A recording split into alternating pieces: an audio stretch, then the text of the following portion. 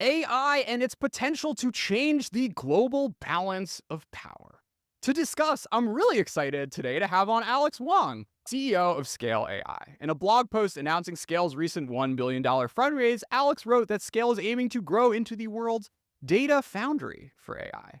Alex grew up in beautiful Los Alamos, New Mexico, with two physicist parents who worked in the national labs and started Scale in college. I am particularly excited to have Alex on the show because he's one of the few AI leaders, maybe the only AI leader in the private sector who's been working with DoD and thinking seriously about the national security implications of AI way before it was cool. We're going to discuss the implications of different trajectories for AI progress on national competitiveness and what real AI net assessment would look like. Really excited for this one. Alex, welcome to ChinaTalk. Yeah, thanks for having me. I'm a huge fan. I love the recent series on the Taiwan invasion, and I'm excited to chat. Amazing. All right. So, to set the stage a little bit, we have three factors driving AI progress and ultimately national competitiveness in AI. You've got compute, you've got data, and you've got algorithms. We've done a lot of coverage on compute over the past few years in China Talk, covering export controls, CHIPS Act, Huawei chips, and so on. But you're our first data guest. So let's before we kind of get into, with the aim of getting into what are sort of sustainable national level moats that the US and its allies can try to build relative to China. Let's just do the 101 on data and AI, maybe going through kind of like the different eras of how data was used to push algorithmic progress ahead. Yes, definitely. So to start with, I mean, I think if you were to just zoom all the way out on how AI progress has happened, it's been through basically three steady exponential curves, all stacked on top of one another. So first is the compute curve, which many listeners are probably deeply familiar with. Both Moore's law, which is the improvement in efficiency and improvement in performance, as well as just the ability to use the scaling of using just way more compute than we have in the past. The second is data, starting in about the early 2010s with the original use of deep learning and neural networks for a lot of AI problems. The amount of data that's used for these algorithms has basically grown pretty smoothly in an exponential curve from that point. This started with sort of ImageNet, and which was a data set that came out of Fei-Fei Li's lab and has basically continued to grow very steadily. The current models are very data hungry, and I'll go into that. And then obviously algorithms, which is the continued pace of innovation and continued progress in innovation. The current large language models are trained in two phases. So there's kind of what's called the pre-training phase and the post-training phase. The pre-training phase is, I think, what a lot of us think about naturally, which is, you have tens of thousands, soon to be hundreds of thousands of GPUs. So you have a crap ton of GPUs, and you get a download of the entire internet, or as close to the entire internet as possible. And then you train a huge neural network or a huge transformer-based model on top of all that data. Out of that process, you get a model that, is super smart, but is not useful. And, the way that someone from XAI put this recently is, you get kind of this alien, and then you need to get it to do your bidding.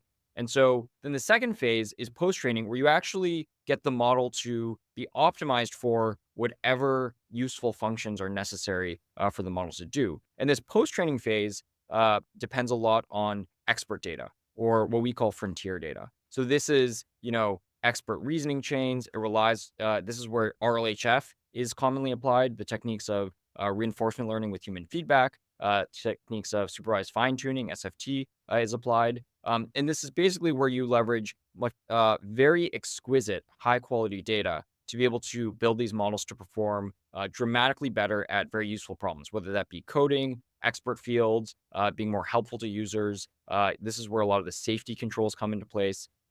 And the second phase of post-training is where most of the progress has come over the past 2 years. And this is, I think, well known in the industry, maybe not so well known everywhere else. But basically, what's happened is since GPT-4 was originally trained, which is in the fall of 2022, we actually haven't yet had a pre-train that massively outperforms GPT-4. So all of the progress since then has been through this post-training process. And this is quite stark. So GPT 3.5 today is better than GPT-4 was when it first came out through this overall post-training process. So you can overcome a lot of performance limitation through great post-training. And this is where we've started to see, models that can do full code analysis, run code on their own, do more advanced agent tasks, start to automate various kinds of work. And this process is, going forward where I certainly see a lot of benefit. What can and can't you do in post trading? What's the ceiling of what playing with the model after it's gone through its first run you can do with? Yeah, so there's conflicting answers in the research community right now. And honestly, this is one of the biggest questions in the field is what are going to be the limitations on post training? Some believe that, hey, post training, you're mostly exposing a lot of the intelligence that already exists in the model. So if there's things that the model does not have the sort of intrinsic capability of doing, then it's not going to be able to do those things after post training. But then there's this alternate belief, which is seeming to be the one that's proven out more so, which is that, hey, GPT-4 already has a huge amount of capability built in, and you might be able to get, a huge chunk of the way towards AGI just with post training. And we've seen a lot of there's a lot of stuff rumored right now with QStar and other AI developments that you're going to have AI systems that are able to do, very advanced math and based on get pretty close to solving IMO level problems. And the common belief, one of the beliefs in the AI community is, hey, if we're able to get GPT-4, post train it to solve graduate level math problems, then we're probably it probably has a lot of the intrinsic capability and intelligence to be able to do almost anything that a human can do. And so So this is a hotly debated topic in the industry. So what is the kind of balance on from a post training perspective of what you can do with clever algorithmic stuff like QStar versus what you need, Scale AI and friends to create fun new data sets for? I think one of the bitter lessons of AI writ large over the entire history of AI is that you are fundamentally bottlenecked by the data that you have to train these models on, and and almost no matter what you do, you're not going to be able to overcome fundamental bottlenecks or limitations or lack of data.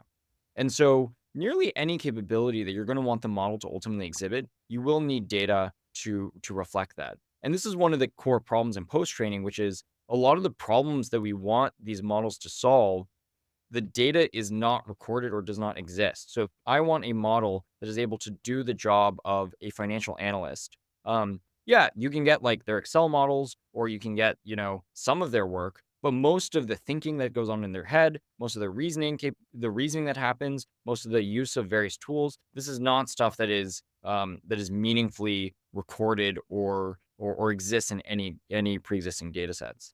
And so what we've seen is that almost any capabilities that you want to build or expand on in post training require some amount of what's called frontier data. And this frontier data is kind of, as I referenced, it's agent behavior chains, reasoning data from the world's experts or reasoning chains from the world's experts, complex code data, complex math or other STEM data, what's sometimes called in the industry like language model programs, or these sort of where the language models face issues and then they do error correction on top of those issues. And that's really the data that's missing. And then there's this question of, okay, how much can you synthetically generate versus how much requires human experts? And I think the verdict there is basically it's a mixture.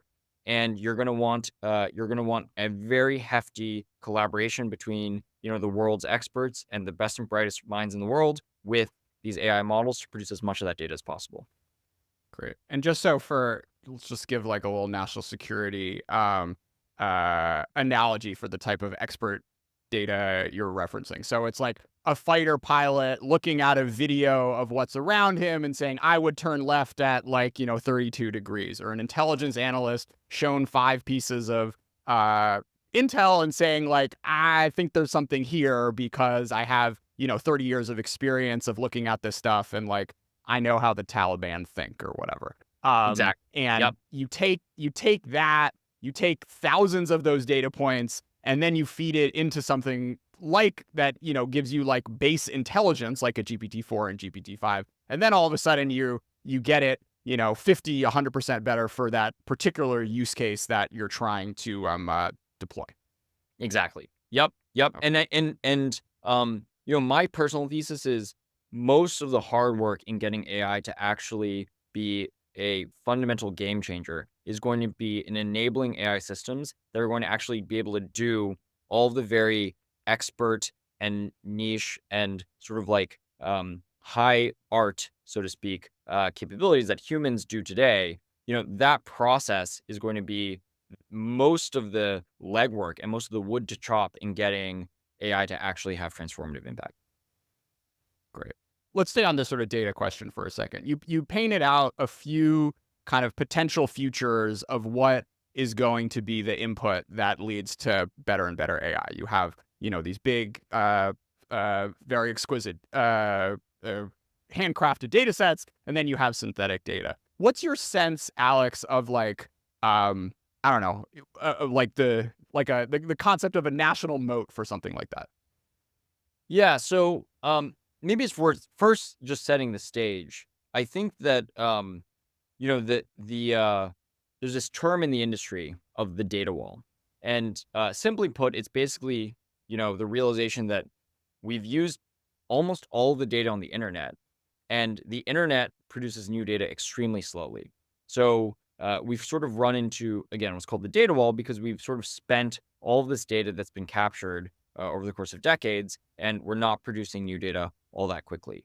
The A lot of how the future of AI progress plays out boils down to how well can we scale this data wall, and how can we move beyond it. And I think the general philosophy is like, hey, we need data abundance, just in the same way that we are pushing through a lot of the constraints on the supply chain for chips. We need to push through a lot of the constraints on the supply chain for data, and we need to build just like the means of production for huge amounts of data. Again, there's multiple approaches for this. So the first is through the you focus on quality. You produce the most exquisite, high-end expert data sets, frontier data, as we call it, and you figure out ways to produce much more of that. And our belief is that that production process naturally is going to be one that involves a combination of synthetic and human data. There's other answers which are around, hey, maybe it's more around building synthetic environments for these models. So it's more about around building,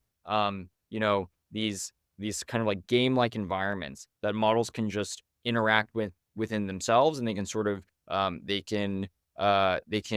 it's more of sort of a reinforcement learning approach towards getting these models to perform really well. I think that's also a key part of it. These environments need to be built up again by human experts and by the best and brightest people in the world. So you sort of don't have a free lunch in terms of their involvement in this process.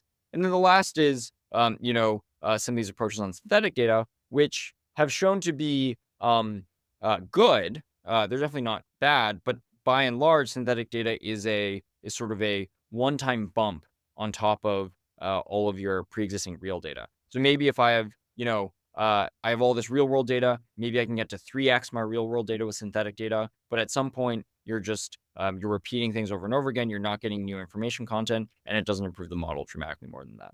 So I think at the end of the day, we are really fundamentally bottlenecked by the production of frontier data. So the production of data types that are more complex, more nuanced, more expert than data that exists on the internet, as well as the production of these sort of reinforcement learning based self-play environments. Gotcha. So I guess so. ChatGPT was trained on like 0.5% of Mandarin, and it's 98% as smart in Mandarin as it is in English. Basically, when you see quotes from like heads of the Chinese labs, like they're not stressed about the fact that Common Crawl is mostly in English because you can sort of suck out intelligence from that. And if the end users end up wanting to use it in Chinese, like it's totally fine. I guess my real question is like, if we're living in a baseline assumption that like industrial espionage is going to be a thing that happens in AI. What is the use of okay, two assumptions. One, industrial espionage is a thing that's going to be used in AI, and two, like there are plenty of smart Chinese PhDs and fighter pilots and intel analysts that you can like make nice exquisite data for as well. So, clearly this is like a thing that is necessary to compete and speed up AI progress. But to what extent, or like how can data be something where you can like develop a long-term sustainable advantage? I'll answer first that question, but I think where you're getting at is like overall, rack and stack. How do we compare against China? Which I definitely want to, which I want to get to, or like what do we think is the sort of like current strategic positioning of the U.S. versus China? But on the question of the moat around data, I mean, I think the best mental model for how data needs to progress is that it will it's fundamentally bottlenecked on the inputs to that equation are what experts exist or who are the experts who are contributing to these systems, and the other is there's a lot of technology that needs to be built up for effectively these data foundries. Like just in the same way there's a lot of technology and know-how in fab development and fab design and running of these fabs, there's the same kind of technical know-how and being able to run these sort of data foundries. And both of these are actually areas where, there's reason for optimism as a national moat, which is that, first of all, the United States is the most charismatic country for the best and brightest people of the world to come. It is it is by and far the place where, if you were to take a segment of the best and brightest people in the world, where do they want to emigrate to? They will all want to come to the United States. And if we can keep that up, then the United States will have a fundamental advantage in the sort of capabilities, expert knowledge, and sort of exquisite sort of talents that will power these frontier data sets. And then on the second piece, I mean, in general, this is a question of, American innovation and how that compares. And in general, I'm quite bullish on American innovation. The issue that you bring up on, tech espionage and is a fundamental sort of spoiler of all U.S. development. And we should get into that. But basically, like, if you believe that we're in a world where all the AI development, all the cutting edge AI development is happening in private labs for which all the secrets get stolen, then by default, you're screwed. There's no chance you can have of building a national advantage. Yeah. No, I mean, you have this really nice riff about how like the best scientists in the world should be really excited about contributing to these data sets because like what they're doing is like, putting their brains into the cloud that's going to like create better intelligence for everyone. But like, here's the thing is like that turns into bits and bytes, and bits and bytes are so much easier to steal than like a fab, right? Or a, or a data center or whatever. So it does on the data side and on the sort of algorithmic progress side, it's really not clear to me, like, if a nation state is really trying to get in and play with whatever's being created with all these billions of dollars of money being spent at the frontier labs and folks trying to create these exquisite data sets, like how much you can, like how much like secret sauce that is, not going to be abstracted out into the software itself, is going to still be in the system. But I want to touch on this actually because it's pretty important because the models themselves are bits and bytes. And so I think fundamentally, if you want to believe that the US will have an advantage versus its adversaries, you need to believe that we're going to be able to lock down these labs and prevent prevent espionage from China, Russia, or whomever. Sure. And this is I think one of the core issues of the industry. But again, these models, they boil down, like, at the end of the entire process, when you've run them on a huge data center, when you've used all the data in the world, et cetera, it boils down to a file of weights. Those weights are model weights. These model weights are bits and bytes that can be stolen. The current levels of lab security are truly not conducive to believing that we would be able to keep these weights secret. Just if you take an example, there's recently this arrest of this Google engineer, Leon Ding, who was working on AI infrastructure at Google. He stole the TPU v6 design, a bunch of training code, all this stuff. All he had to do is he just copy pasted all of the code into Apple Notes, exported from Apple Notes to PDF, and he walked away with all of these very deep secrets. Who knows what that looks like for the weights, but I think the levels of security that are required to actually prevent all this stuff from being stolen are much, much higher than where we have today. Yeah, a lot of things coming out of that. First, like the idea that someone doing industrial espionage in that dumb a way only gets caught after the fact is like all you need to know about how seriously these labs are taking it. But this does raise a really interesting question, and it kind of comes back to something you raised earlier about how America is attracting the best and brightest. It's like I went to NeurIPS for the first time last year, and I was just kind of blown away by how much Mandarin was being spoken and by how many of those people speaking Mandarin had American affiliations. And like that, like on net is clearly like a benefit that sort of immigrants want to come here. But Alex, I also have a kind of anecdote I want to tell you, and then maybe you can do the synthesis because I'm not sure exactly what the question is. I have a good friend of mine who's Chinese American who I was talking to someone in the government about semiconductor policy with, and he was a former civil servant, worked in the Obama administration.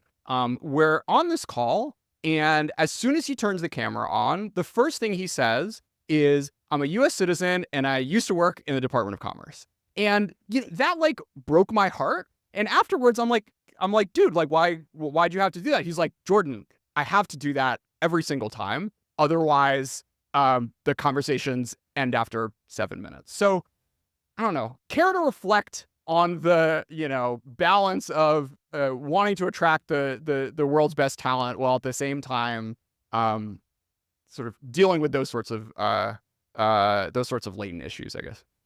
Yeah, and by the way, I mean, these are issues that I've personally had to overcome as well. I have lots of meetings with folks in the government, lots of meetings with the DoD, lots of meetings with national security folks, and looking the way I do, you have to preface and you have to overcome these implicit biases that people have. But if you, again, zooming out at the net level, by and large, the Well, talent. let's stay on that for a second. I mean, like tell me how you really feel, Alex. Well, so to be clear, my parents immigrated from China to the U.S. They hate the CCP, and they worked on national security problems in the United States. I grew up in Los Alamos, New Mexico, very passionate about national security, and passionate about defending America, and it is, and yet, to your point, it is like this tax in every interaction that I have that I have to sort of preface. Hey, I was born in Los Alamos. I grew up in Los Alamos. My parents are dedicated civil servants, and I want to make sure that the United States will win in AI because I think it's in some ways like the only issue that really matters. And I've been lucky that actually there have been a number of champions of mine and a number of people within government who get that and understand that and have put me in positions and put scale in positions to have real impact. And for that, I'm grateful. But it is, this is a real issue or a real question. And if you zoomed out at the net level, the by and large, it is a one-way road in the sense that for the most part, talent leaves China, comes to America, they don't go back to China. And most people leaving China dislike the CCP, and so really don't have an intent of moving back. You see this in some of even China's sort of policies, or sort of some of the ways that they've been managing their populations. It used to be that they would encourage folks to come to the U.S. for grad school, and then I think they've noticed that not enough people come back, so now they encourage them to go to Russia or Europe, or other places for grad school. If we, I think at the core, if we can have confidence in the security of our AI efforts, and I'm not going to start harping on this because it is like, as it currently stands, we are not in a good situation. There's as it currently stands with the current structure of these private AI labs with minimal security, there's no way that the United States will win. But if we solve that problem, if we're in a world where we can have confidence in the security of our AI efforts, then I think we should be trying to take in as much high-end talent from China as possible, because the reality is China is churning out more high-end STEM talent than anywhere else in the world. And if the brain drain can come to the United States, that's a huge win. Yeah, I mean, this is the thing that people get wrong about like the Thousand Talents program or whatever. That is cope. That is like the Chinese system understanding that they are not sort of naturally attracting people back, but have to, do these like really dumb things of like promise people $3 million salaries that they only get 2 months of or whatever. Like, and what also breaks my heart is when you see these articles of like TSA agents, for like students in their second year of a PhD doing like AI and biotech, like being not let into the country because like the long-term impact of that news story and like the 10, Tsinghua graduates who decide to stay in China because they like can't deal with like all the like immigration policy bullshit is such a bigger deal that, is such like a longer term impact than, whatever hunch that some border agent ended up happening. So Right. anyways, Right. all right, like we're gonna cross our fingers that you're gonna make some great data sets, that there's gonna be some brilliant algorithms coming out of the labs, and maybe they'll do a better job of keeping the secrets. But if not, there seem to be like two other things that might give you that long-term advantage, both for like economic growth more broadly as well as the national security specific stuff. One is compute, right? Like if you just have like more bigger data centers, like batter chips, then you can deploy this stuff at a larger, level. And then I think there's this kind of like more amorphous, broader question of AI diffusion, right? Like how are companies, individuals, schools, governments, hospitals, like going to grok this stuff? Like are like people in general going to accept it? And then is the government going to facilitate like all the productivity growth that you can get for it? So maybe, I don't know, as someone who's like in the professional business of AI diffusion, you reflect a little bit on that.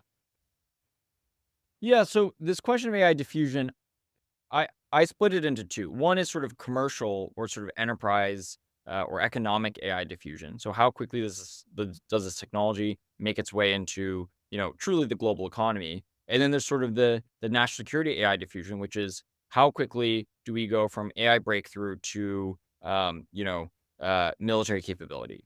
And Sure. and these are the two things to track. And these are sort of like philosophical questions, or what you believe about the world. If you believe that national security is the most important issue, and that hard power is on some level all that will matter in the end, then you care a lot about the national security diffusion rate. If you think that if you believe in economic growth and economic power is the core power of global affairs, then you care more about the latter.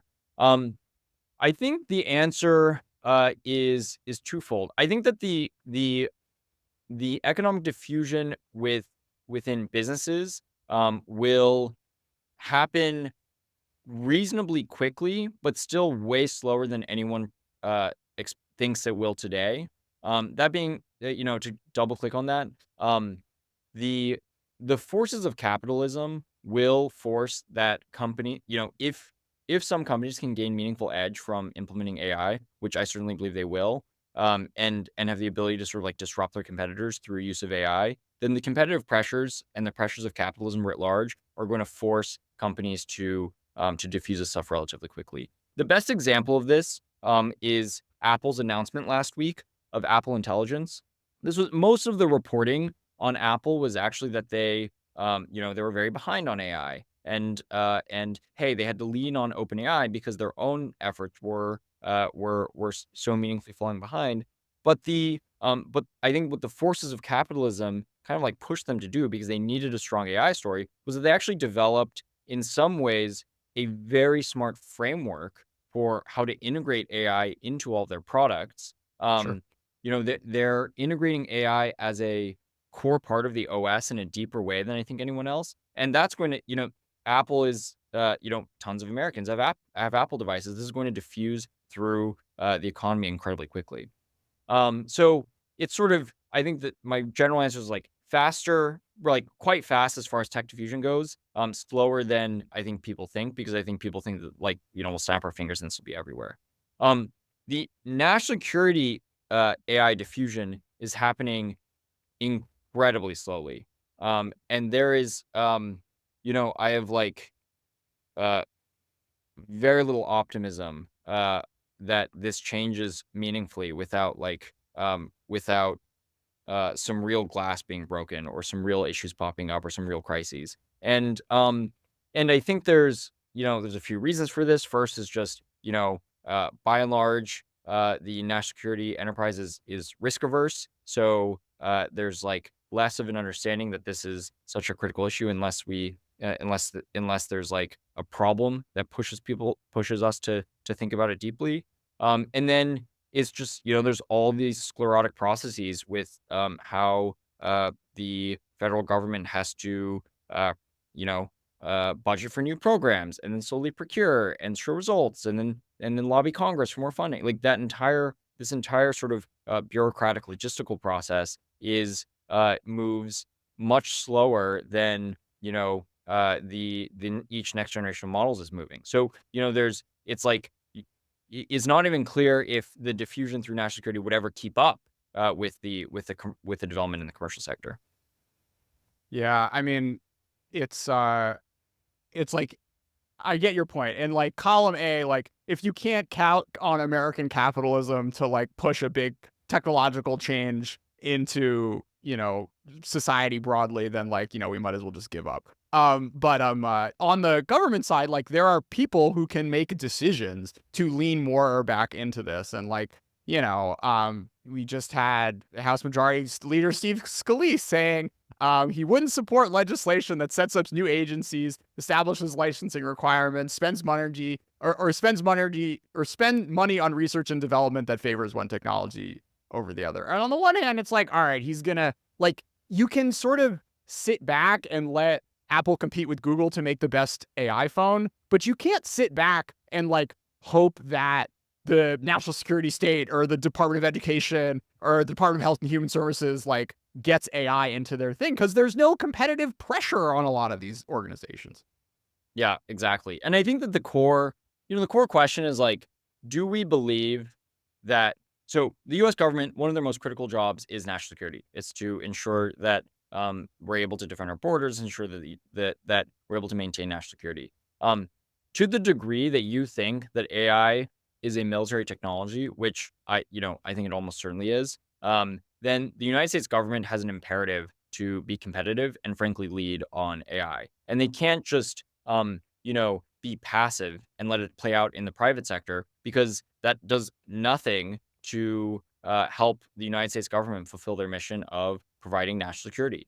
And so the United States government, I saw that as well, and it's quite frustrating. The United States government needs to spend money to ensure that we are investing to ultimately lead on AI for national security purposes. And this is very much a global adversarial scenario where we need to, think deeply about where are competitors, what do they care about, what are they going to do, and how important is this technology of AI. And I think, for less nebulous technologies, I think it's like easier for us to think about. But again, we usually wait until we've been surpassed before we get our shit together. So, hypersonic missiles. This is an area where we kind of like waited to get behind before we chose to get ahead. A lot of developments in space technology. We've kind of waited for China to catch up a little bit before we're really reigniting the flames. And so, my, I have a real concern that we're gonna wait for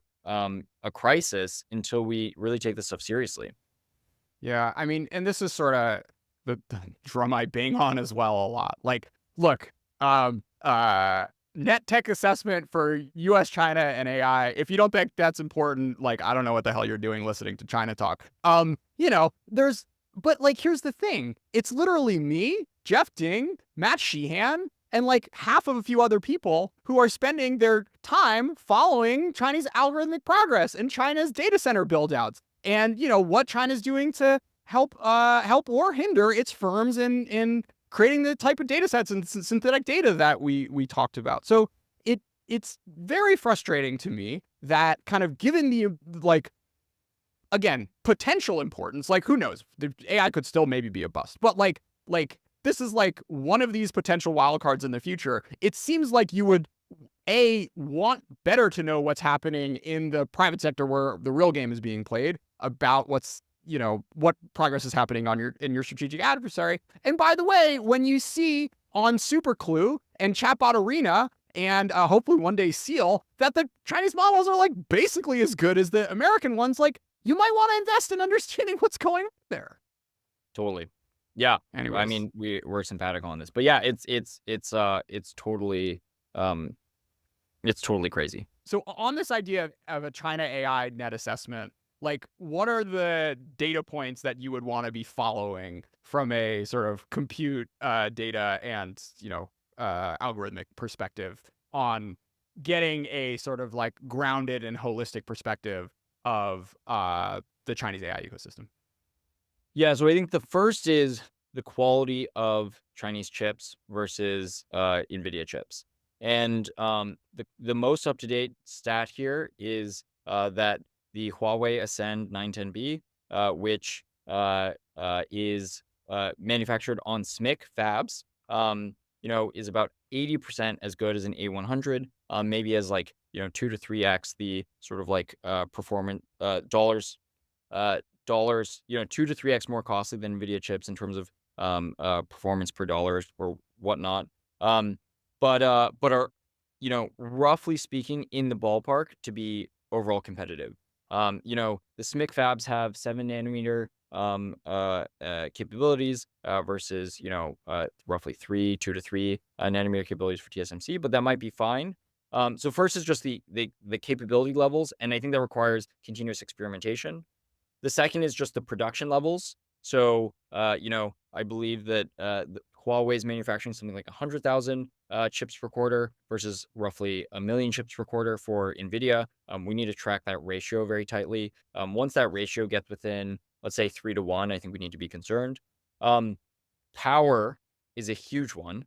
We need to be measuring the overall power, basically the power net adds of the US versus China very closely, because the real bottleneck on any medium time frame is more so power than the actual chips. As I kind of mentioned before, China is adding way more power than the United States, and so we need to sort of reignite our power growth. They also, in China, they also can very easily add a lot more nuclear power than I think is politically feasible in the United States, and so we need to take that pretty seriously as a disadvantage. I think in terms of data, the key thing to pay attention to within China is there's two things. I think one is exactly how they handle basically like utilizing data from the internet and overseas. In the United States, we're going to litigate a lot of the rights around data and the ability to use data for training these models. Unlikely that those get litigated in China. So we just need to track exactly how that debate plays out in China. And then I think the key is to try to examine, and we were able to do this back in the computer vision era pretty well, but China has this concept of data factories where they take, citizens of China to produce data for AI models. They did this for their facial recognition efforts and their self-driving efforts in sort of the last era of AI. I think we need to, as much as possible, track what what those data factories look like, how many people are going into those data factories, and try to have as good of intelligence about that as possible. And then I think the last piece is on algorithmic development. It's really, they will not publish all the models they produce. We shouldn't expect that. So we're not going to be able to do these analyses of how much algorithmic capabilities they're building. But I think that like we generally want to observe what the scaling laws of the Chinese models are. And I think that the base assessment or the base assumption should be that they're going to be behind us meaningfully on scaling laws. So every doubling of compute expenditure for China is not going to be as productive as every doubling of compute expenditure in the United States. But we need to have like a competitive intelligence team very closely monitor, the various sized models and various amounts of compute that go into these models and try to match those scaling laws as much as possible. Right. Well, you're getting a pitch from me after this, so stay tuned, Alex. Um, let's talk a little bit about sort of like the hard takeoff versus slower takeoff scenario, right? We just had Leopold Aschenbrenner who dropped the mega 4.5 hour podcast and 200 word 200-page PDF that somehow Donald Trump seems like he listened to. We have to be at the forefront. It's going to happen. And if it's going to happen, we have to take the lead over China. China's the primary threat in terms of that. And what they need more than anything else is electricity. They have to have electricity, massive amounts of electricity. I don't know if you know that. In order to do these, essentially it's a plant. And the electricity needs are greater than anything we've ever needed before to do AI at the highest level. And China will produce it because they'll do whatever you have to do, whereas we have environmental impact people, and we have a lot of people trying to hold us back. But massive amounts of electricity are needed in order to do AI.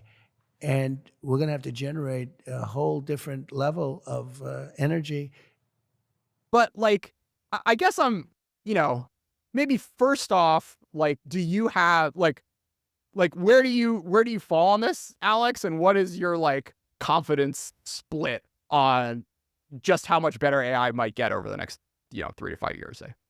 Yeah, I think that I don't think AI progress slows in the sense, or I shouldn't say it won't slow to a halt.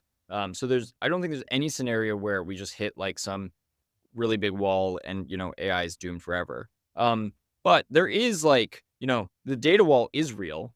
We need to be innovative in scaling that data wall. So it relies on human innovation, relies on algorithmic improvement, relies on data production, relies on all these things that are that need to be done. And so we're not going to.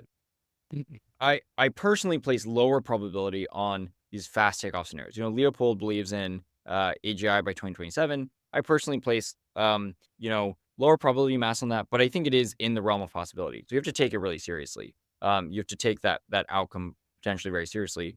I sort of generally believe that AI progress is going to, you sort of need all of the pillars to come up together. So you need the compute capacity and compute capabilities to come up in accordance with data production capability, in accordance with algorithmic capabilities. And that the sort of like three legs of this stool, or these three pillars coming up together, is going to take a little bit longer than we expect, but not dramatically longer.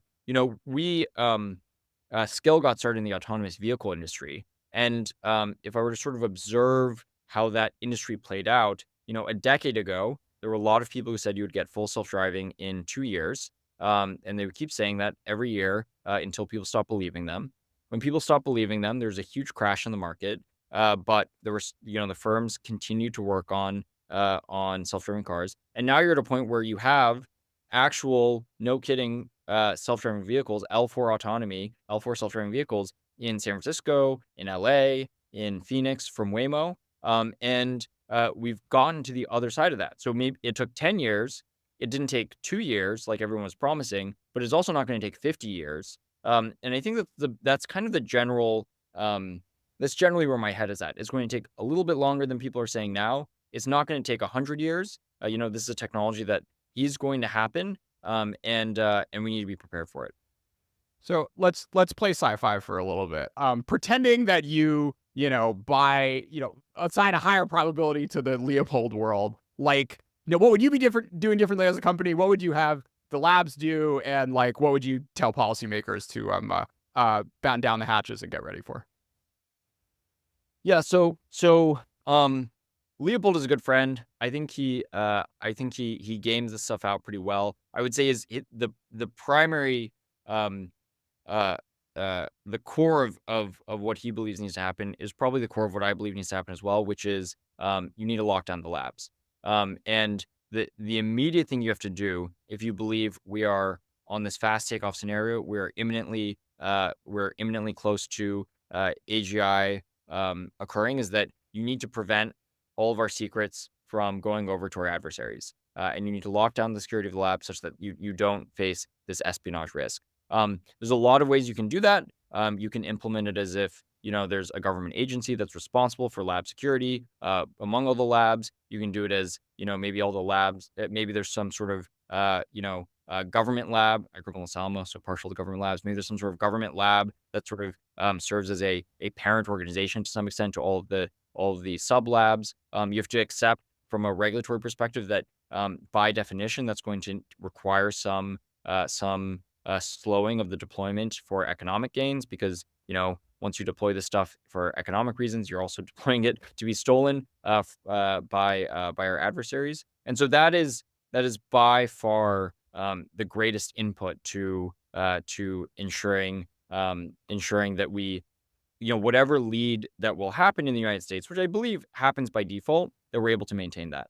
The second thing you need to do is, this problem that we referenced before, the DoD, the intelligence community, the national security community needs to immediately take this incredibly, incredibly seriously. And there's a lot of, I wrote about this in a piece that I wrote, a few years ago called "The AI War and How to Win It." But it doesn't take a lot of imagination to realize that uh, powerful AI systems, if they existed, would be definitively one of the most would be a definitive military technology. So much so that you could imagine that nuclear deterrence doesn't even really matter in a world where you have advanced AI systems. They can do superhuman hacking. You have autonomous drone swarms. You have full situational awareness. You develop biological weapons. You can diffuse and sort of neutralize any enemy's nuclear deterrence or nuclear weaponry. So there's just it's hard to think about, but you need to believe that we need to very quickly, everyone in the world, or everyone within the DoD, everyone within the national security community in the United States, we need to strongly understand Grok and realize that AI is the most important technology for them to pay attention to, and that it is a Manhattan Project style or Manhattan Project level sort of technological capability. Um, and then you have to invest in the inputs. You have to, and this goes to the core of what we discussed at the very beginning. But you need to make huge investments into chips, but more so than chips, you need to make big investments into power. Power is probably one of the greatest potential strategic weaknesses of the United States at the current point, especially vis-a-vis China. Over the last decade, China added a whole U.S. power grid level of energy to their grid. The U.S., by comparison, is relatively stagnant. So they are on track to win on power. They already produce more power than we do in the United States, double the power that we do, I think, roughly speaking. So you need big investments into power, big investments into chips, big investments into data. You probably need to coalesce, the academic community in America, and all the best and brightest, into some sort of frontier data foundry, like I described, to sort of build this sort of data advantage. And then you need to believe in American research capabilities and American innovation to lead on algorithms, which I think will be the default outcome. If you look at the best Chinese models, they're basically carbon copies of American models. There's not a whole lot of innovation happening there yet. And so, you just sort of, I think that is the default path, is that we will lead on innovation. Um, when you were sort of giving the call to action for the national security community, I'm sure you've given this in like hundreds of meetings so far too. Do you have a like a typology for who like conceptually gets it and who doesn't? Is it like age, branch, technical sophistication? They read history books. I don't know what. So I think history, an understanding of history is pretty critical, because I think people who have studied military history and just understand how irrevocably war has changed from, let's say, the 1850s to now, and who understand each progression and how technology was critical at each juncture, how technological advancements and technological advantages were so critical to the military outcomes. People who have that underlying base sort of philosophy or understanding of the military progress, they get it. And then you get into quibbles around like, oh, is AI really all that as a technology, or is it just a dumb chatbot that I'm talking to? And that's more of a quibble in my mind, when you actually sort of demonstrate some of the things that it can do. But yeah, I think that's the key difference. It's like, are you a student of history? And do you understand that, when there have been dramatic technological advancements that have the ability to be dramatically destructive, are we able to, how does that affect wars? So, not to be really obnoxious, but I see the Boyd book back there, which is full of lies. The guy who wrote it was like his best bud. It's actually like half not true. I will send you some fun technology and military history books after this. I want to come back to this idea of like a CHIPS Act for data. If what's your like top 10 policy wish list to unlock the good stuff? We need, we basically need to build out and coalesce this sort of like national production capability. And I think the key is we can leverage the academic community in America, which is, these are brilliant people. We can leverage the national labs. We can leverage, the fact that we truly do have a coalescence of the many of the brightest PhDs in the world. And we need some program by which they can effectively volunteer, and then maybe in a wartime scenario, or in a sort of like sharp takeoff scenario and the lead up to AGI, maybe some of it gets drafted, but they have the ability to volunteer and contribute to some kind of national AI data repository, or national AI data sort of resource that can be used by, it can be used by a mixture of the leading labs in the United States, as well as the, potentially the academic institutions themselves, to be able to do advanced research in AI. I think one way to think about this is like, there's all this chatter around, oh, how can the academic community actually contribute to AI if they don't have access to huge amounts of chips? Well, this is the answer. It's actually through the production of valuations and data that are able to drive forward the industry, much more so than if they were to do, another Me Too model training on their own cluster of chips. And so I think this is really the key answer, and it's about leveraging the human capital that we have in America to drive forward, dramatic progress in AI for biology or chemistry or physics or physics simulations or fusion simulations or whatever it may be. Cool.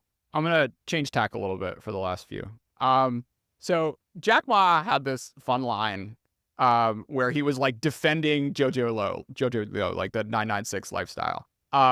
Where he's like, look, if you're not working hard, you're not gonna get that foundation money. Alex, you're not there yet, but you very well might be. Have you thought at all about how you'd want to be philanthropic one day? Are there particular things that catch your eye? I don't know. There's a few things that I think are really important. I mean, one is STEM education. And there's a few ways I think that you can influence this globally, and I think there's a number of people who I think have had a real impact. I met the person who runs code.org, which has enabled a huge amount of code education and education in computer science for young people globally. But yeah, I think like STEM education education and training writ large is the number one input to the pace of human progress. So that has to be pretty close to top of the list of things things to invest in. The other stuff I think is all around how do we ensure American competitiveness, and I think there's a whole host of things, many of which we've talked about that drive that. But I think that it is there's a lot that we can do. There's a lot of low hanging fruit, I think, Sure. in ensuring long-term American competitiveness, both from a national security standpoint as well as for a a technological standpoint. And one of the things that I tell people all the time is, especially when I visit DC and I go around and talk to folks, is scale as a company, we don't have to do anything in national security. Like we are a thriving company. In many ways, it is far easier to grow a business outside of the national security world. And it would be far easier for us to just focus on commercial customers and focus on the private sector. We I made the decision, we make a decision to invest a very meaningful portion of our resources towards developing AI capabilities for the national security community, for the U.S. government writ large, because we believe it is, one of these problems that is disproportionately important relative to maybe what the market might assign to it. And I think these are examples of the things that I think, like, I'm very passionate about. Like, where are these cases where, for whatever reason, the market doesn't assign as much value, but they're the problems that we need to solve to ensure that we can maintain our way of life. Sure. So speaking of STEM education, what can and can't you learn about CEOing from math? Um, I think that on some level, um, uh, running a business just boils down to lots and lots of problem solving. Like, you are just confronted with problem after problem after problem. Some are gigantic problems, some are little problems. And you have to devise solutions to these problems. And core problem solving is the skill that math teaches you, and how to be very rigorous about these solutions to these problems. And I think what math teaches you when you confront these problems is like, hey, there's a lot of different ways that you can look at the problem. You maybe need to break it down and learn more about the problem before you're able to solve it. There's sort of like, it trains your own ability to prune down, or sort of like, if you learn one thing, all of a sudden you don't have to consider like a whole range of possibilities, and you're able to sort of narrow down your approach to the problem. So that, I think, is the transferable skill. The deeply non-transferable skill is that a few things. Math in general makes sense. You're not going to hit situations that just don't make any sense. Human systems, not so much. There's all sorts of things that are not logically consistent about both how people operate, but also just how a large human system will operate. And like, bureaucracy is one of these things. It's like, why does bureaucracy exist? Well, it's kind of just an emergent property of, lots and lots of people working on things together. And so you have to sort of, I think that like one of the key components of being successful in business is, when you spot stuff that doesn't make sense, having conviction that those really actually just don't make sense, and figuring out ways to just blow past them, or resolve those issues. And that, math doesn't really teach you.